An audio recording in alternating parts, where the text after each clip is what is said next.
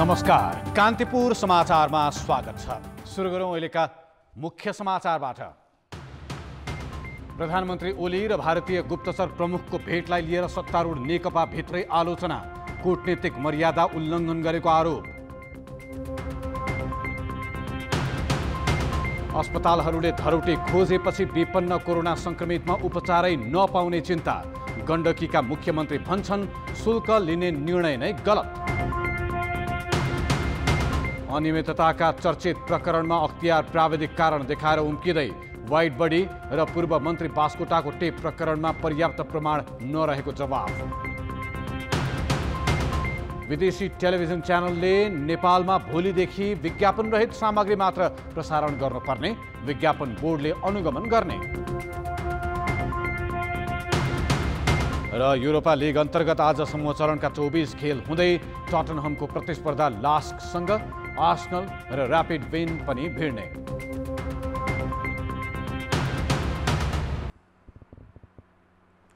प्रधानमन्त्री केपी शर्मा ओली र भारतीय गुप्तचर प्रमुखको भेटलाई लिएर सत्तारूढ नेकपाभित्र चर्को विरोध भएको छ।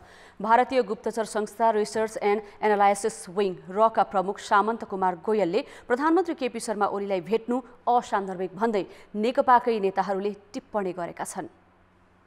भारतले नेपाली भूभाग लिम्पियाधुरा, कालापानी र लिपुलेक समेटेर नयाँ नक्सा जारी गरेदेखि नेपालको विरोधको व्यवस्था गर्दै त्यही भूभागमा तिब्बत निस्कने बाटो बनाएको थियो। नेपालले पटक पटक वार्ताका लागि प्रस्ताव गर्दा पनि राजनीतिक र कूटनीतिक तहमा वार्ता गर्न तयार नभएको भारतले एकाएक बुधबार गुप्तचर संस्था रका प्रमुख सामन्त कुमार गोयलको नेतृत्वमा 9 सदस्यीय टोली नै पठायो। चार्टर विमानबाट काठमाडौँ ओर्लिएका गोयल बुधबार राति बालुवाटारमा प्रधानमन्त्री केपी शर्मा ओलीसँग भेटवार्ता गरेर बिहिबार बिहान भारत फर्किएका थिए। भेटमा उनले नेपाल भारत बीचको मैत्री सम्बन्ध खलबलिन नदिने, समस्याहरूको वार्ताद्वारा समाधान गर्ने र पारस्परिक सहयोगलाई निरन्तर अगाडि बढाउने विषयमा आफ्ना धारणा राखेको प्रधानमन्त्रीका प्रेस सल्लाहकार सूर्य थापाले सार्वजनिक गरेका छन्।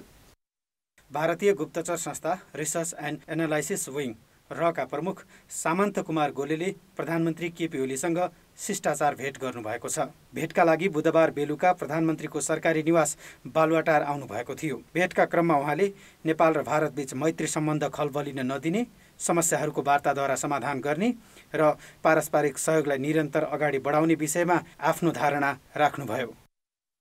नेपाली भूमि लिपुलेक, कालापानी र लिम्पियाधुरा अतिक्रमणलाई लिएर दुई देशबीच सम्बन्ध चिसिएका बेला भारतीय गुप्तचर संस्थाका प्रमुखको नेपाल आगमनले नेकपाभित्रको राजनीति भने तातेको छ। राजनीतिक र कूटनीतिक तवरमा वार्ता गरी नेपाली भूमिमा आफ्नो हक स्थापित गर्नुपर्ने बेला गुप्तचर प्रमुखसँगको भेटघाट राष्ट्रिय स्वाभिमान एवं कूटनीतिक मर्यादा विपरीत भएको टिप्पणी गरेका छन्। यो भ्रमण जुन किसिमले जस्तो समयमा जसरी भएको छ र बालुवाटारमा प्रधानमन्त्रीसँग जसरी लामो वार्ता भएको छ, यो नेपालको संविधानबाट निर्देशित हाम्रो स्वतन्त्र परराष्ट्र नीति, स्वाधीनता, स्वाभिमान र स्वयं सरकारको नेतृत्व गर्ने नेपाल कम्युनिस्ट पार्टी नेकपाको विचार, नीति र मान्यताको विपरीत छ र यसले कूटनीतिक मर्यादाको गम्भीर उल्लङ्घन गरेको छ। स्थायी समिति बैठकले समेत राजनीतिक र कूटनीतिक तवरमा वार्ता गर्न निर्देशन गरे पनि ओलीले त्यसको बर्खिलाप गर्दै गुप्तचरसँग भेटेको असन्तुष्ट नेताको आरोप छ। सत्ता र शक्तिको भागबण्डाको विषय चर्कदै गएका बेला भारतीय गुप्तचर प्रमुखसँगको भेटले नेकपामा नयाँ विवादको बिउ रोपिदिएको छ। यसकारण नेकपाभित्र चर्कदो झगडा तत्काल साम्य हुने देखिँदैन। कान्तिपुर समाचारका लागि अञ्जना लामिछाने, काठमाडौँ। कोरोना भाइरसका कारण पछिल्लो 24 घण्टामा 21 जनाको मृत्यु भएको छ। भाइरसका बिरामी मध्ये ज्यान गुमाउनेको संख्या 812 पुगेको छ। यस्तै आज उपत्यकामा 1552 सहित 3637 संक्रमित थपिएका छन् भने निको हुनेको संख्या 1 लाख नाघेको छ। मृतकको संख्या 1 महिनामै दोब्बर भएको छ। कार्तिक लागे यताको 6 दिनमै 97 संक्रमितले ज्यान गुमाएका छन्। आज 15,255 नमुना परीक्षण गर्दा 24% संक्रमण पुष्टि भएको हो। नयाँ संक्रमित मध्ये 42% उपत्यकाका हुन्। बागमती प्रदेशका मुख्यमन्त्री डोरमणि पौड्याललाई पनि संक्रमण पुष्टि भएको छ।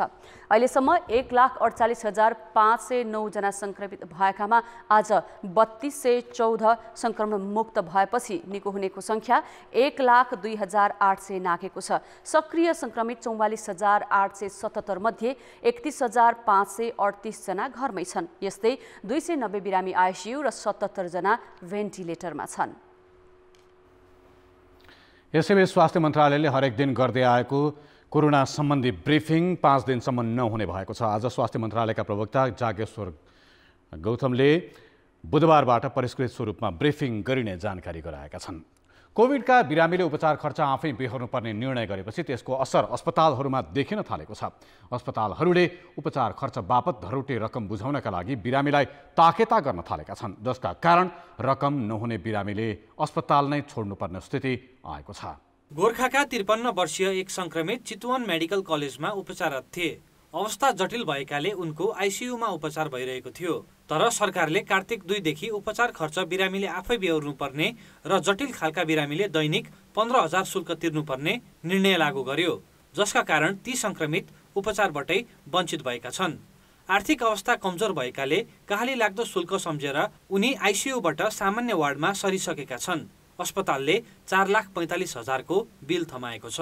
निराशा लागेको नि, त्यस्तो त दुःख लागेको नि। उहाँहरू पहिलाबाट त्यस्तो निःशुल्क भन्नुभएको थियो र अब लास्टमा आएर अब सक्दैन भनेपछि त हामीलाई त्यो त नर्मल हुन्छ नि सर। त्यो त अब पैसा कसरी जुटाउनु भन्ने समस्या छ। अब हजुर त्यो त समस्या छ नि सर। अब कसरी ल्याउने यत्रो पैसा कसरी जुटाउनु भन्ने भइरहेछ नि सर। त्यो त सरकारले सामान्य लक्षण भएका बिरामीलाई 3,500, गम्भीर बिरामीलाई 7,500 र जटिल अवस्थाका बिरामीलाई 15,000 दैनिक शुल्क तोकेको छ। सरकारी निर्णयपछि अस्पतालहरूले सूचना निकालेर धरोटी माग्न थालिसकेका छन्। एकातिर रोगको पीडा, अर्कोतिर महामारीले आम्दानी विहीन भएको अवस्था।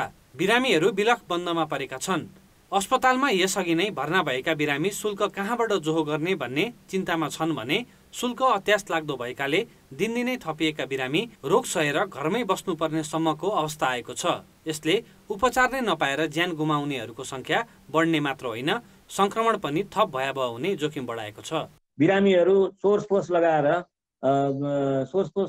सरकारी अस्पतालमै भर्ना हुन चाहन्छन् र भेन्टिलेटरहरू प्रयोग गर्न चाहन्छन्, त्यहाँको सुविधाहरू प्रयोग गर्न चाहन्छन्। त्यसमा पनि गरिबहरू त मर्ने त गरिब नै हो। त्यसैले यसमा झन नराम्रो अवस्था आउँछ गरिबहरूको। जसले पैसा तिर्न सक्दैन तिनीहरूको लागि सरकारी अस्पतालमा पनि अरूले लिने, ओगट्ने, प्राइभेट अस्पतालले पैसा लिने भनेपछि गरिबहरू कहाँ जाने त। संविधान र सर्वोच्च अदालतको आदेशलाई व्यवस्था गरी उपचारबाट हात झिक्ने निर्णयको चौतर्फी विरोध भइरहेको छ। तर सरकार भने जनचाहनामै निर्णय गरेको भनी आफ्नो जिम्मेवारीबाट पन्छिरहेको छ। स्वास्थ्य मन्त्रीले उपचार खर्च बेहोर्न नसक्ने घोषणा गर्नेको शुल्क सरकारले तिरिदिने बताए पनि बिरामीले पत्याउन सकेका छैनन्। कान्तिपुर समाचारका लागि चितवनबाट राजु चौधरी र कृपाल गौतम, काठमाडौँ। गण्डकी प्रदेशका मुख्यमन्त्री पृथ्वी सुब्बा गुरुङले कोरोना परीक्षण तथा उपचार निःशुल्क गर्न नसक्ने सङ्घीय सरकारको निर्णय सच्याउनु पर्ने बताएका छन्। उनले गण्डकी प्रदेशमा सबै संक्रमितको उपचार तथा जोखिममा रहेका र आशंका लागेकाहरूको परीक्षण निःशुल्क गरिरहेको जानकारी पनि दिए। हेरौँ महामारी नियन्त्रणदेखि पार्टीको आन्तरिक किचोलोका विषयमा सहकर्मी नवराज पाण्डेले गुरुङसँग गरेको यो कुराकानी। जसरी संक्रमितहरूको संख्या बढिरहेको अवस्थामा चाहिँ अब परीक्षणको कुरा, त्यसपछि उपचारको कुरा चाहिँ सङ्घीय सरकारले पनि निःशुल्क गर्न नसक्ने भनेर घोषणा गरेको अवस्थामा चाहिँ प्रदेशले यहाँहरूले निःशुल्क रूपमा गर्छौँ भनेर किन त्यस्तो गर्यो त्यो मलाई थाहा छैन होइन। हामी त अहिलेसम्म जे काम गरिरहेका छौँ, अहिलेसम्म हाम्रो आइसोलेसनको खर्च, हामी आइसोलेसन जे मान्छेले त्यहाँ उपचार बाबत जति खर्च लागेको हुन्छ, खानाको आदि इत्यादिको औषधिको होइन, त्यो हामीले तिरिराखेका हुन्छौँ। अहिले पनि म्यानेजेबल हुन सक्दैन भन्ने होइन, अहिले पनि हाम्रो म्यानेजरको साइजमै छ भन्ने ठानेका छौँ हामीले।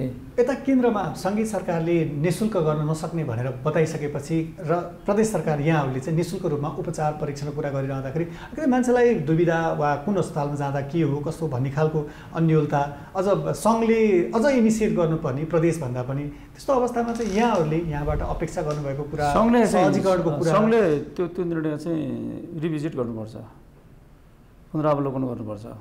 त्यो चाहिँ तपाईँको कुनै पनि हिसाबले त्यो चाहिँ निर्णय चाहिँ राम्रो होइन। उहाँले चाहिँ सदाशैली चालु गरे होला होइन भन्दाखेरि चाहिँ तिर्ने चाहिँ खालको मान्छेहरूलाई तिर्न चाहिँ स्थिति बनाएको मात्रै हो। आधारभूत जनतालाई गरिब जनतालाई त कहाँ चाहिँ हामीले दिनु भनेको छ र भन्ने रहेछ निर्णय चाहिँ। तर पनि यस्तो बेलामा त्यस्तो निर्णय गर्नु वाञ्छनीय होइन, उचित होइन होइन। किनभने यो स्वास्थ्यको कुरा त्यसमा पनि यो महामारीको बेलाको कुरा चाहिँ त राज्यको पूर्ण दायित्वको कुरा हो कि। हामीले त के मात्रै भनेको भनेदेखि हामी अहिलेसम्म चाहिँ निःशुल्क गर्दै आएका छौँ। मतलब चाहिँ जति चाहिँ यो बिरामीको चाहिँ खर्च पर्छ सबै हामीले गर्दै आएका छौँ।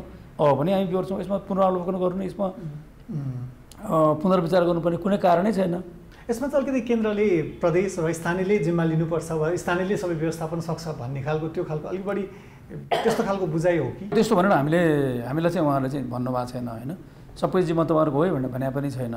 अलिकति चाहिँ अवस्तुवादी निर्णय त्यहाँको वस्तुस्थिति चाहिँ नबुझिकन त्यहाँको मुख्यमन्त्री या त्यहाँको स्वास्थ्य मन्त्री या त्यहाँको चाहिँ जिम्मेवार अरू व्यक्तिहरूसँगै चाहिँ नसोधिकन उनीहरू हचुवा यहीँबाट चाहिँ ट्याक्टर अस्पताल तोकेर र त्यहाँ पेसियरको चाहिँ के अरे मेसिन पठाइदिएको छ ल्याब स्थापना गर्ने यस्तो खालको शैलीले चाहिँ त्यो समस्याको समाधान हुँदैन भन्ने लाग्छ। त्यस्तै शैली देखिन्छ अहिले चाहिँ। यसको साथसाथै अब यहाँ सत्तारूढ पार्टीको स्थायी समिति सदस्य पनि हुनुहुन्छ, जिम्मेवार नेता भएको हुनाले एउटा क्षेत्रको एउटा ठाउँको नेतृत्व पनि गर्नुभएको हुनाले केही छन् आन्तरिक गतिविधि यहाँ? हामीले पहिला जुन खालको समस्या देखियो त्यो स्थानीय कमिटीको बैठक हुनुभन्दा अगाडि स्थानीय कमिटीको बैठकको बिचमा पनि बल्ल 79 दिनमा चाहिँ दिनको बिचमा त्यो चाहिँ समस्या समाधान गरेको दुईवटा अध्यक्षले चाहिँ लामो छलफलपछि बसेर चाहिँ निष्कर्ष निकाल्नुभयो। त्यसलाई चाहिँ उहाँले निर्णय प्रस्तावको रूपमा पेश गर्नुभयो। त्यो निर्णय भयो होइन। अब त यो चाहिँ तपाईँको जुन समस्या हो सङ्कट हो चाहिँ टर्यो भनेको अब म्यासिभली चाहिँ पार्टी एकताको बाँकी कामहरू पनि सक्दै जाला, महाधिवेशनको तयारीको काम पनि हुँदै जाला। कहिले कहिले हामी भावनामा चाहिँ निर्णय गर्छौँ क्या, भावनामा गरिने निर्णयहरूले यस्तो चाहिँ हामीलाई बुमराङमा पार्छ। अलिक वस्तुवादी भएर सबै परिस्थितिको चाहिँ आकलन गरेर गरेको निर्णयले हामीलाई चाहिँ सहज बनाउँछ, समस्या समाधानलाई बाटो खोल्छ होइन। यस्तो विषम परिस्थिति छ, जनताले सरकारबाट एउटा अभिभावकत्वको महसुस गर्नु पाइयोस् भन्ने अपेक्षा गरिरहेको बेला सरकारले त्यो अनुरूप काम गर्न नसकेको असन्तुष्टि बढिरहेको छ। यही बेला सत्तारूढ दलको आन्तरिक किचलो त्यति उत्कर्षमा पुगेको केही व्यवस्थापन हुन्छ कि भन्ने अपेक्षा गरिएको बेला फेरि किचलो हुन्छ कि भन्ने खालको त्यस्तो खालको परिस्थिति बन्दा चाहिँ जनतामा के सन्देश चाला? सबै चिजको एकैचोटि चाहिँ 3-4वटा विकल्प हुँदैन। जब यो या त्यो दुईवटा विकल्प मात्रै हुन्छ मूलत। त्यो भने कि त कम्युनिस्ट पार्टी सकिनु पऱ्यो, त्यसलाई स्वीकार्नु पऱ्यो, सकियोस् भन्नु पऱ्यो, कि विभाजित होस् भए होस् भन्नु, कि तहस नहोस् भए होस् हुन्छु, कि यो सरकार जहाँसुकै जाओस् भन्नु पऱ्यो, होइन भने मिलेर काम गर्नु पऱ्यो। योभन्दा अर्को उपाय छ? एउटाले अध्यक्ष चलाउने, एउटाले सरकार चलाउने, सरकार चलाउनेले अर्को अध्यक्षमा पनि के अरे समन्वय गरेर चाहिँ सरकार चलाउने, पार्टी चलाउने अध्यक्ष पनि अर्को चाहिँ सरकार चाहिँ चलाउने अध्यक्षसँग समन्वय गरेर गर्ने। एउटाले चाहिँ खुरुक्क चाहिँ तपाईँको पार्टीको महाधिवेशन तयारीमा लाग न, बाँकी एकताको चाहिँ बाँकी कामहरू पुरा गर न। प्रचण्डको काम त्यति हो। अहिले केपीको काम के? प्रचण्ड कमरेडको काम चाहिँ पार्टीको बाँकी कामहरू पुरा गर्ने हो। प्रचण्ड के अरे यता केपी कमरेडको चाहिँ काम चाहिँ सरकारको चाहिँ बाँकी रहेका कामहरू, पुनर्गठन गर्नुपर्ने कामहरू, आयोगहरू चाहिँ पुरा गर्नुपर्ने कामहरू होइन। यो के अरे त्यो काम चाहिँ गर्नु पऱ्यो। दुवै अध्यक्षमा उसले एउटा त्यो काम गर्दाखेरि पनि उहाँसँग पनि सहमति त लिनु पऱ्यो, सल्लाह त गर्नु पऱ्यो। त्यही कुरामा चाहिँ अल्झाएर चाहिँ तपाईँको अनि तपाईँको आफूले गर्नुपर्ने काम नगर्ने, अर्को चाहिँ काममा चाहिँ सुडाल नआउने, आफूले गर्नुपर्ने काम नगर्ने, अर्को काममा चाहिँ तपाईँको व्यवधान खडा गर्ने कुराले चाहिँ यो चाहिँ तपाईँको जो के अरे स्ट्याग्नेसन सुरु भएको छ, यो चाहिँ अब चाहिँ भयो भने उहाँहरू मुख्य चाहिँ जिम्मेवारी उहाँहरू दुईजना हुन्छ। यो दसैँको सन्दर्भ छ, यो खालको यो चाडबाडले पनि यस्ता खालका प्रवृत्तिहरूलाई अन्त्य गरेर सकारात्मक काममा प्रेरित गरोस् हाम्रो शुभकामना। होइन अब त्यो त अब उहाँहरूले के सोच्नुहुन्छ होइन। पार्टी सङ्गठन सञ्चालन गर्ने जिम्माका नेताले पार्टीमा भएका चाहिँ जे चाहिँ समस्याहरू त्यो समाधान गर्ने कुरामा यो दुर्गा भवनले सद्बुद्धि प्राप्त दिउन्। अब बाँकी समाचार। नेपालमा विदेशी टेलिभिजन च्यानलले भोलिदेखि विज्ञापन प्रसारण गर्न नपाउने भएका छन्। सरकारले क्लिन फिड सम्बन्धी कानुन लागू गर्ने निर्णय गरेको छ। सरकारले विज्ञापन नियमन गर्ने ऐन 2076 अनुसार भोलिदेखि क्लिन फिड लागू गर्न लागेको हो। कानुनमा नेपालमा प्रसारण हुने विदेशी टेलिभिजन च्यानल विज्ञापन रहित हुनुपर्ने व्यवस्था छ। उक्त कानुन 1 वर्ष पहिले नै बनेको थियो।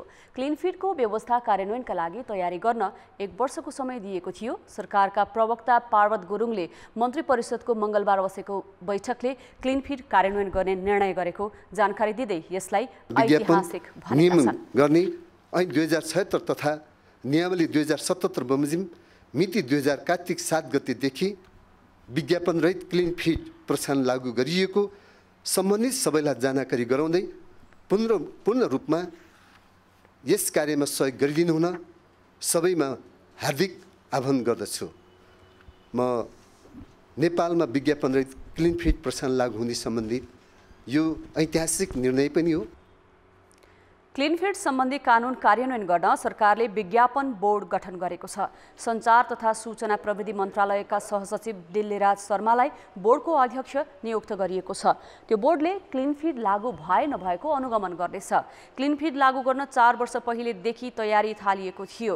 मन्त्री परिषदको बैठकले सरकारी जग्गा शिक्षा र स्वास्थ्य क्षेत्रमा लिजमा दिने तथा वनको जग्गा स्थानीय पूर्वाधार र सडक बनाउनका लागि प्रयोग गर्न दिने निर्णय गरेको छ। यस्तै परराष्ट्र नीति र न्यूनतम समर्थन मूल्यमा धान खरिद सम्बन्धी निर्देशिका पनि स्वीकृत गरेको छ। मन्त्री परिषदले विश्व बैंक समूहको अन्तर्राष्ट्रिय विकास संस्थाबाट 24 अर्ब रुपैयाँ सहुलियत ऋण लिन अर्थ मन्त्रालयलाई स्वीकृति दिएको छ।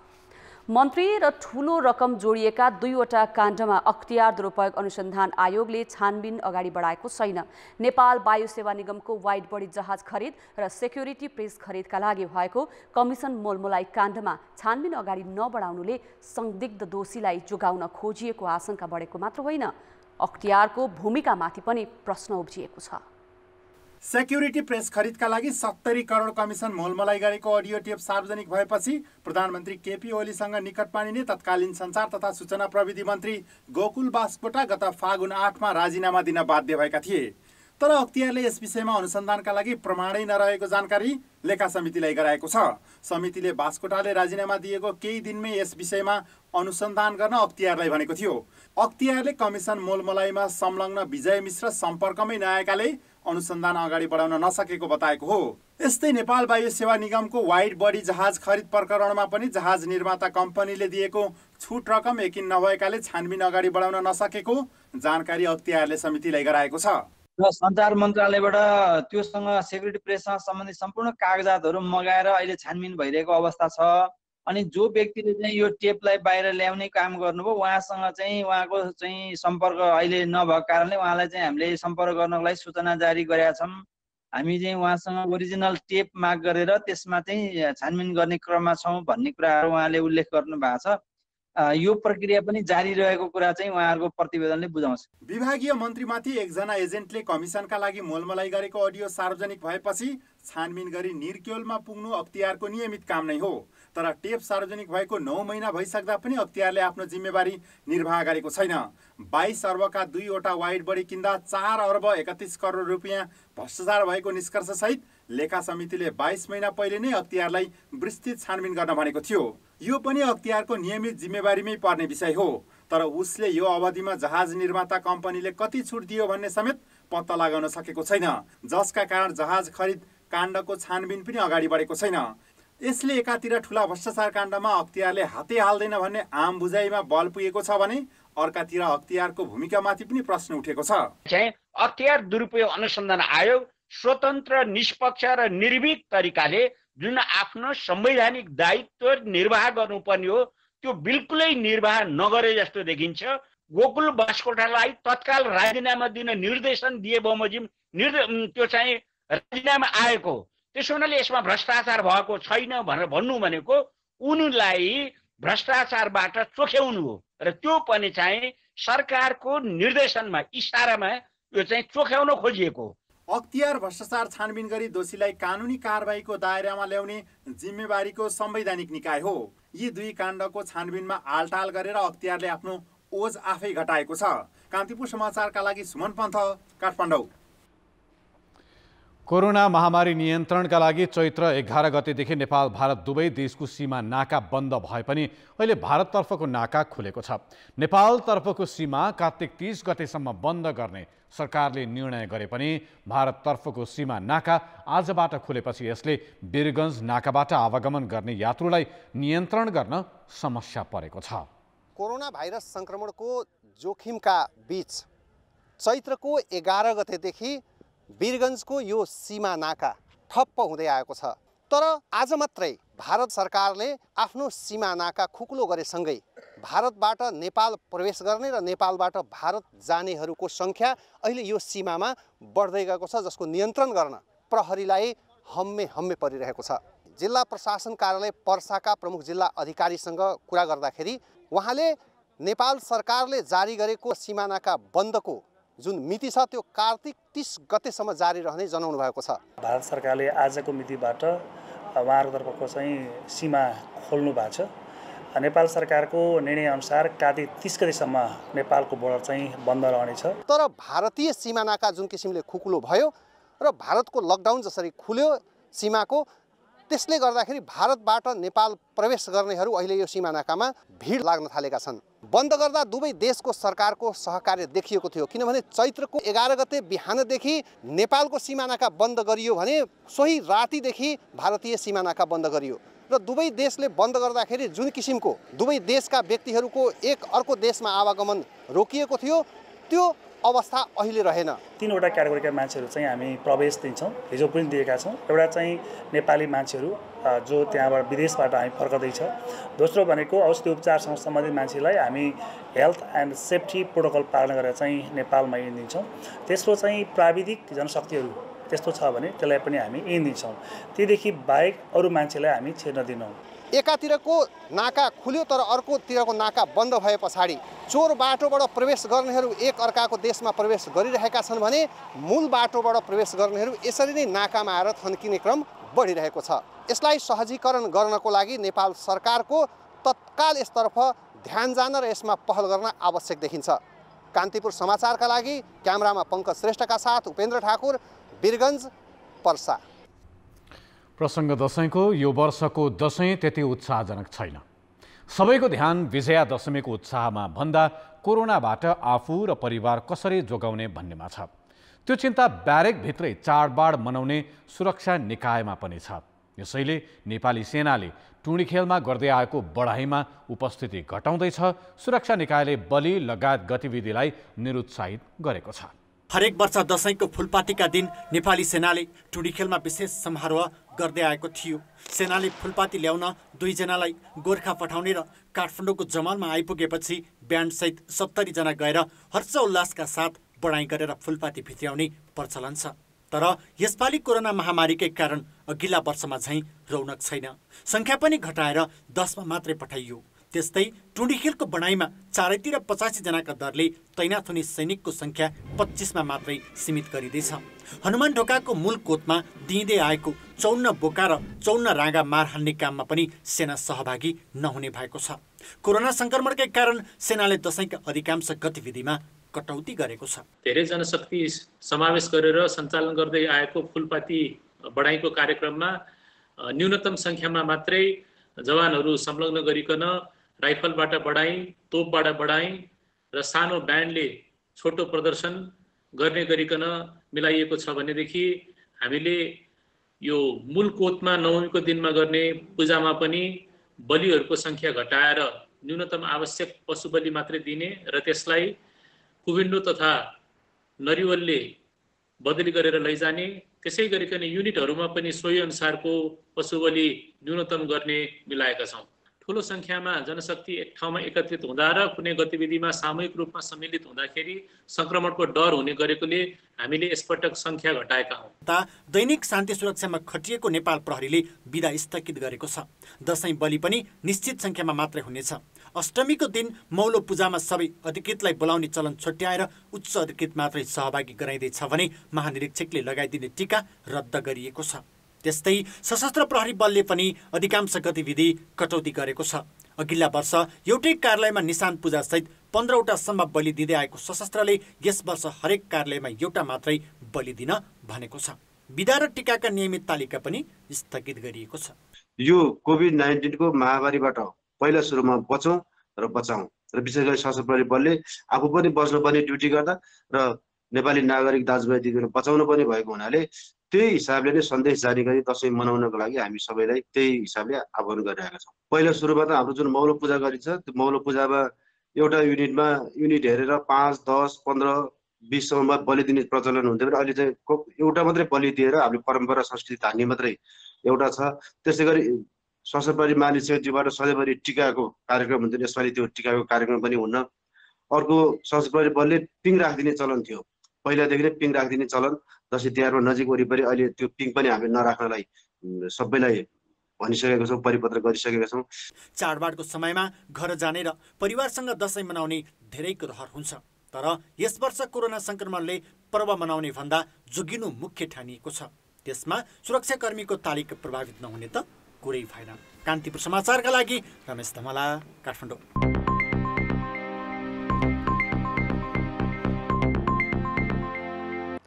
दशैं बिदा सुरु हुनु अघिको अन्तिम दिन आज शेयर बजार मापन गर्ने परिसूचक 8.54 अङ्कले बढेको छ। जीवन बीमा, जलविद्युत, होटल र म्युचुअल फन्ड बाहेकका 8 समूहले परिसूचक 1600 अङ्क माथि पुर्याएका हुन्। परिसूचक आज 1606 अङ्क कायम भएको छ। वाणिज्य ब्याङ्क समूहको परिसूचक 12 अङ्कले बढेको छ। आज शेयर किन्ने लगानीकर्ताले अब दशैं बिदापछि रकम दिए हुन्छ। यस्तै बेच्ने लगानीकर्ताले पनि दशैं बिदापछि नै भुक्तानी पाउनेछन्। यसका बावजुद आज 1,49,45,00,000 रुपैयाँको शेयर किनबेच भयो। शेयर बजार अब कार्तिक 12 गते बुधबार खुल्नेछ। दशैं लाग्दैछ, अलिकति खानेकुराको कुरा गरौँ। जुजुधौ अर्थात् दहीहरूको राजा। विशेष प्रकारले बनाइने दही भक्तपुरको पहिचान नै बन्न पुगेको छ। चाडपर्वका बेला दहीको माग अझै बढ्छ, तर यो वर्ष महामारीका कारण जुजुधौको माग पनि घटेको छ। अन्य समयमा भन्दा चाडपर्वमा जुजुधौको खपत बढी नै हुने गर्छ। खुवा जस्तै गरी बनाउने भएकाले जुजुधौको स्वादमा पल्केको जिब्रोलाई अरू दहीले चित्त बुझाउन पनि सक्दैन। दुधलाई बाक्लो हुने गरी उमालेपछि स्वाद अनुसारको चिनी हालेपछि माटो तथा प्लास्टिकको भाँडामा दुध खन्याइन्छ। करिब 5 घण्टा भुस अथवा हिटरको प्रयोग गरी सामान्य भन्दा बढी तापक्रममा राखिसकेपछि दुध दहीमा परिणत हुन्छ। त्यसैले हरेक जसो चाड पर्वको मुखमा जुजुधौ बनाउन भक्तपुरका व्यवसायीलाई भ्याइ नभ्याइ हुन्छ। भक्तपुरमा बन्ने जुजुधौको माग काठमाडौँ उपत्यकाभरि नै खपत हुने गर्छ। काम चाहिँ सुरु भयो आजबाट। हाम्रो दसैँको लागि चाहिँ अब बनाउने मिठाईहरू बनाउने आजबाट सुरु चाहिँ भयो। कति बनाउने भनेर कन्फ्युज भइरहेको छ होइन। कच्चा बनाउने नै राम्रो हुने भएर दुधलाई मजाले पकाएर बनाउने भएर दुधको बनाउने मेथडै फरक छ। 1 लिटर जुजुधौको बजारमा 220 रुपियाँसम्म पर्छ। तर यसपालि दशैं लगायतका चाडपर्वमा जुजुधौको व्यापार उति साह्रो छैन। त्यसो त भक्तपुरका केही व्यवसायीहरू परम्परा भन्दा पनि आधुनिक तरिकाबाट जुजुधौ बनाउन थालेका छन्। तर भक्तपुरमा बन्ने सबै दही जुजुधौ नभएको रैथानेहरूको भनाइ छ। भक्तपुरका प्रायः डेरीवालाले पनि अहिले डेरीको दही उत्पादन गरिरहेको छ। डेरीको दही भनेर चाहिँ बिक्री हुँदैन भनेर चाहिँ जुजुधौ भनेर नै बेचिरहेको छ। यो नक्कली काम हो।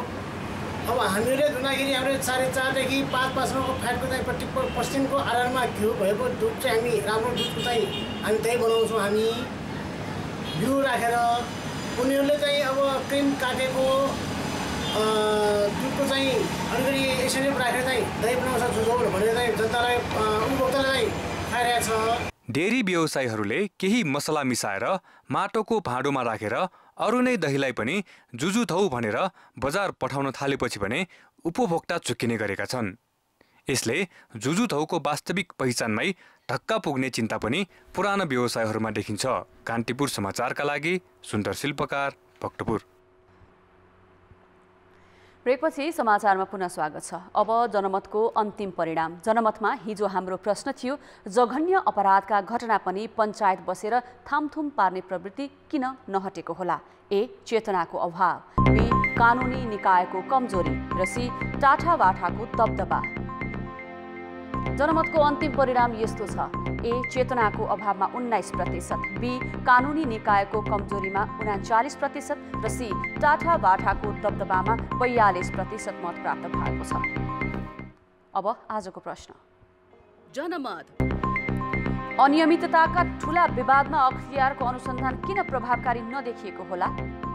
ए शक्तिको प्रभाव, बी नेतृत्वको अनिच्छा र सी अनुसन्धानमा जटिलता। जनमतको अन्तिम परिणाम भोलि बेलुकी 8 बजेको कान्तिपुर समाचारमा प्रसारण गर्नेछौँ।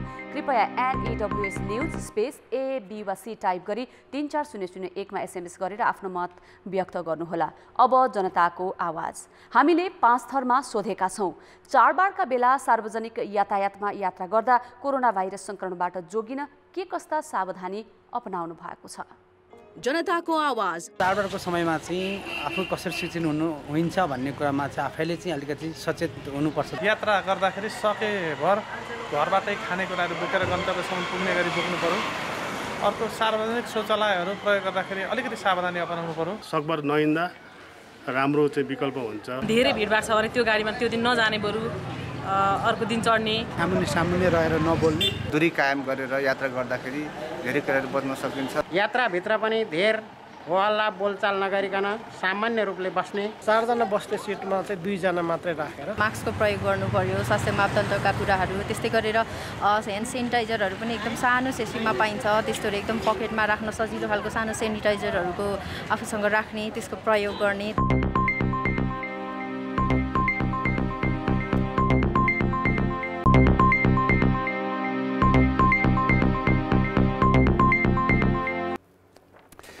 नेपाली खेलाडीलाई आफ्नो क्षमता प्रमाणित गर्न सबैभन्दा ठूलो प्लेटफर्म दक्षिण एसियाली खेलकुद साग हो, किनभने एसियाली खेलकुद र ओलम्पिक यात्रा नेपालका लागि अझै सहज भइसकेको छैन। त्यसैले पनि करियरको महत्त्वपूर्ण उपलब्धिका रूपमा सागमा पदक जित्ने खेलाडीले राम्रो पुरस्कार पाउने गरेका छन्। सरकार, निजी क्षेत्र र सङ्घले दिने आर्थिक पुरस्कार हेर्ने हो भने अरू देशको भन्दा नेपालमा बढी छ। त्यसमाथि जीवनभर प्राप्त हुने सम्मान त छँदैछ। 13औं दक्षिण एसियाली खेलकुद सकिएको 1 वर्ष पुग्नै लागिसक्यो, तर अहिले पनि पदक विजेता खेलाडीले विभिन्न क्षेत्रबाट सम्मान पाइरहेका छन्। सागमा जित्दा आर्थिक उपलब्धि राम्रै हुने र सम्मान पनि भइरहने भएकोले नेपाली खेलाडीले सागलाई करियरको टर्निङ पोइन्ट मान्ने गर्छन्। त्यसो त दक्षिण एसियामै नेपाल ठूलो पुरस्कार दिने मुलुकमा पर्छ। मान प्रतिष्ठासँगै दाम कमाउने सौभाग्यकै कारण खेलाडीहरू साग खेल्ने सपना देख्छन्। जति मेहनत गरेको छ त्यसको फल चाहिँ हामीले साउथ एसियन गेम्समा पाउँछौँ होइन। हामीले स्ट्रगल गरेको हुन्छ, त्यो अनुसारको हामीलाई त्यत्तिकै फेसिलिटी पनि साउथ एसियनमा त्यत्तिकै राम्रो छ। अब एसियन गेमहरू भयो, ओलम्पिकमा हामीलाई अलिक गाह्रै पर्छ, तर साउथ एसियन गेम्समा चाहिँ हामीलाई अब अरू हाम्रो जस्तै कन्ट्रीहरू पनि पार्टिसिपेट हुन्छ र हामीलाई कम्पिट गर्न नि एकदमै सजिलो हुन्छ। त्यही भएर त्यही अनुसार हामीले प्राइज मनी नि फेसिलिटी पनि अलि राम्रो छ। त्यही भएर चाहिँ साउथ एसियन गेम्स अहिले इम्पोर्टेन्ट छ। ठुला र विकसित राष्ट्रले खेलाडीका लागि राष्ट्रिय पुरस्कार जति राखे पनि त्यो खासै मतलब हुँदैन, किनकि त्यहाँ खेलाडीले फ्रेन्चाइजी प्रतियोगिताबाटै नाम र दाम कमाइरहेका हुन्छन्। तर नेपालमा भने त्यो तहको व्यावसायिकता विकास हुन सकेको छैन। त्यसैले पनि खेलाडीले नाम र दाम कमाउन दक्षिण एसियाली खेलकुदकै भर पर्छन्, जसले गर्दा यसको महत्त्व बढेको हो। साउथ एसियन गेम नेपालको लागि धेरै नै महत्त्वपूर्ण हुन्छ, किनभने साउथ एसियन गेममा 7 मात्रै कन्ट्री हुन्छ, जित्न पनि सजिलो छ र जितिसकेपछि जुन प्रकारले नाम र फ्रेम अनि पछि दाम आउँछ होइन। आर्थिक रूपमा पनि साउथ एसियन गेम जितेपछि एउटा राम्रो पैसा पाउँछ र एकजना खेलाडी जो चाहिँ अब भन्न भर्खरै स्टार्ट गरेको खेलाडी पनि साफ गेममा चाहिँ जित्दाखेरि चाहिँ उसको चाहिँ आर्थिक स्थितिले पनि बलियो हुन्छ 1, त्यसपछि नाम पनि धेरै ठुलो हुन्छ 2 होइन। र एउटा इस्टाब्लिस खेलाडी चाहिँ कहलाइन्छ कि देशमा। सरकारले 13औं सागमा समूहगत तर्फका स्वर्ण विजेतालाई जनही 50 लाख र एकल विधामा स्वर्ण जित्नेलाई 9 लाख पुरस्कार दिएको थियो। नेपाल भन्दा ठूलो र सम्पन्न छिमेकी देश भारतले भने स्वर्ण विजेतालाई 1,50,000 दिने घोषणा गरेको थियो। यस्तै श्रीलङ्का, बङ्गलादेश, पाकिस्तान, मालदिप्स र भुटानले पनि नेपाल भन्दा धेरै दिएनन्, किनभने त्यहाँ पनि खेलाडीका लागि आय स्रोतका धेरै विकल्प छन्। नेपालका लागि भने साग नै खेल क्षेत्रको अहिलेसम्मको सबैभन्दा ठूलो प्लेटफर्म हो। त्यसैले खेलाडीहरू सागको आयोजना समयमै होस् र जित्न सकियोस् भन्ने चाहन्छन्। कान्तिपुर समाचारका लागि क्यामेरामा विनोद कोजुका साथ प्रदीप लेखी, काठमाडौँ। कान्तिपुर खेलकुद समाचार अहिले यति नै। अब मौसम सम्बन्धी जानकारी।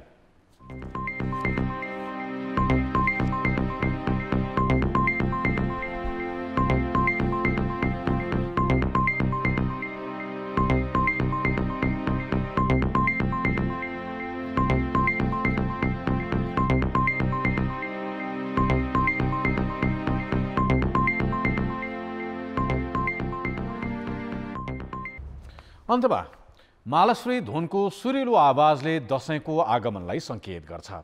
मालश्री नेपाली मौलिक धुन पनि हो।